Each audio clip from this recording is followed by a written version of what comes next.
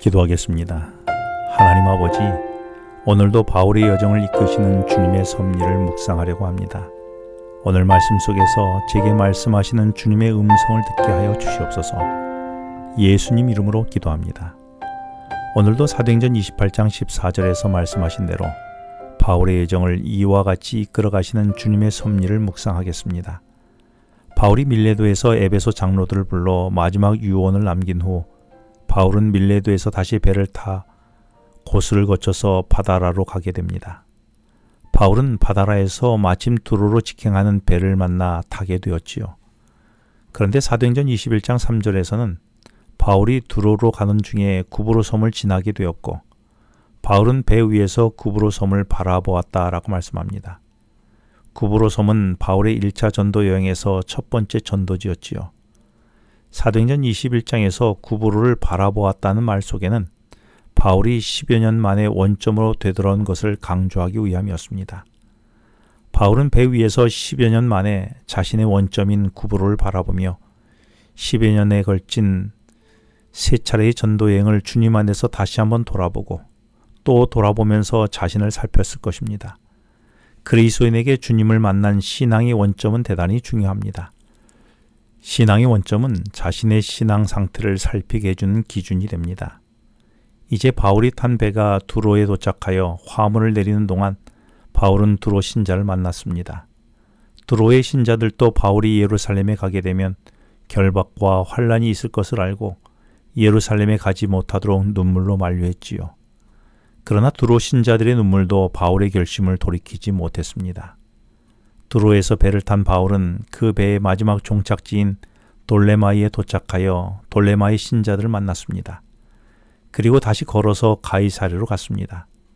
가이사랴에 도착한 바울은 빌립 집사 집에 머물게 되었는데 거기에는 마침 대흉년을 예언하여 적중시켰던 아가보가 있었습니다. 아가보는 바울을 보더니 바울의 허리띠를 가져다가 자기 손과 발을 묶고는 바울이 예루살렘에 가면 이렇게 결박당할 것이고 투옥당할 것이라고 했습니다. 이 말을 들은 현장에 있는 모든 사람들은 바울에게 예루살렘으로 가지 말라며 바울의 길을 가로막았습니다. 이때 바울은 사도행전 21장 13절에서 여러분이요 어찌하여 울어 내 마음을 상하게 하느냐. 나는 주 예수의 이름을 위하여 결박당할 뿐만 아니라 예루살렘에서 죽을 것도 각오하였노라 라고 했습니다. 그리고 바울은 사람들이 눈물로 만류하던 예루살렘으로 가는 길로 올라갔지요. 약 6년이 소요된 것으로 추측되는 바울의 3차 전도 여행은 이렇게 막을 내렸습니다.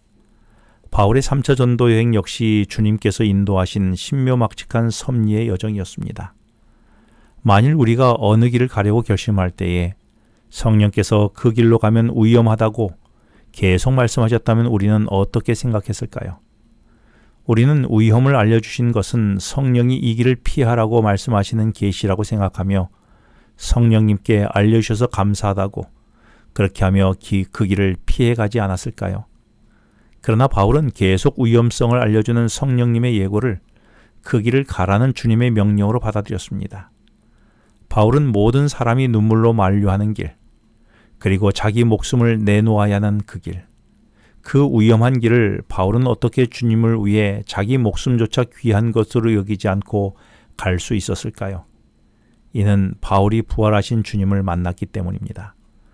눈물로 예루살렘으로 가는 길을 만류한 사람들에게 바울은 내가 결박당할 뿐만 아니라 예루살렘에서 죽을 것도 각오하였노라고 어떻게 바울이 그렇게 담대하게 선언할 수 있었을까요?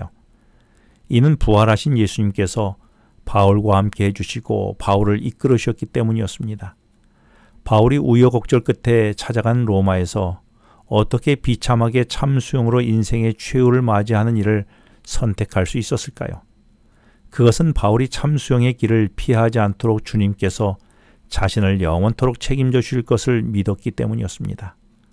주님께서 십자가에 못 박혀 돌아가실 때에 주님을 버리고 도망쳤던 비겁한 제자들이 어떻게 주님을 위한 순교자로 생을 끝낼 수 있었을까요? 그것 또한 부활하신 주님께서 그들을 찾아주셨기 때문이었습니다. 초대교회 교인들이 원형극장에서 맹수의 밥이 되거나 불에 타 죽으면서도 어떻게 예수님의 부활을 외칠 수 있었을까요? 그들이 부활하신 예수님을 정말로 만났기 때문입니다. 부활하신 주님은 박물관의 조각이나 미술관 성화 속의 그림이 아닙니다.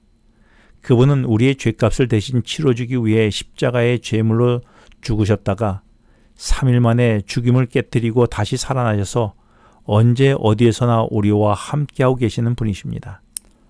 그러므로 지금 내가 좁은 길을 가고 있다면 부활하신 주님을 믿고 그 길을 절대로 포기하지 말아야 하지 않을까요? 그리고 만일 내가 지금 나의 욕망을 따라 그릇된 길로 가고 있다면 지금 당장 돌아서야 하지 않을까요?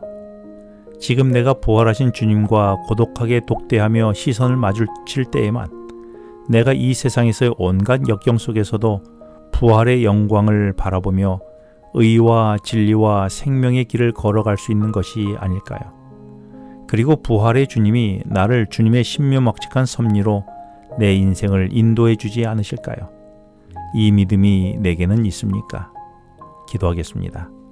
하나님 아버지, 저의 삶의 길을 이와 같이 인도하시는 주님을 믿고 제가 원하는 욕망의 길이 아니라 주님께서 인도하는 길을 묵묵히 따라가게 해 주시옵소서. 예수님 이름으로 기도합니다. 지금은 개인 기도 시간입니다. 오늘 주신 말씀을 묵상하면서 주어진 기도 제목과 개인 기도 제목을 놓고 기도하시겠습니다.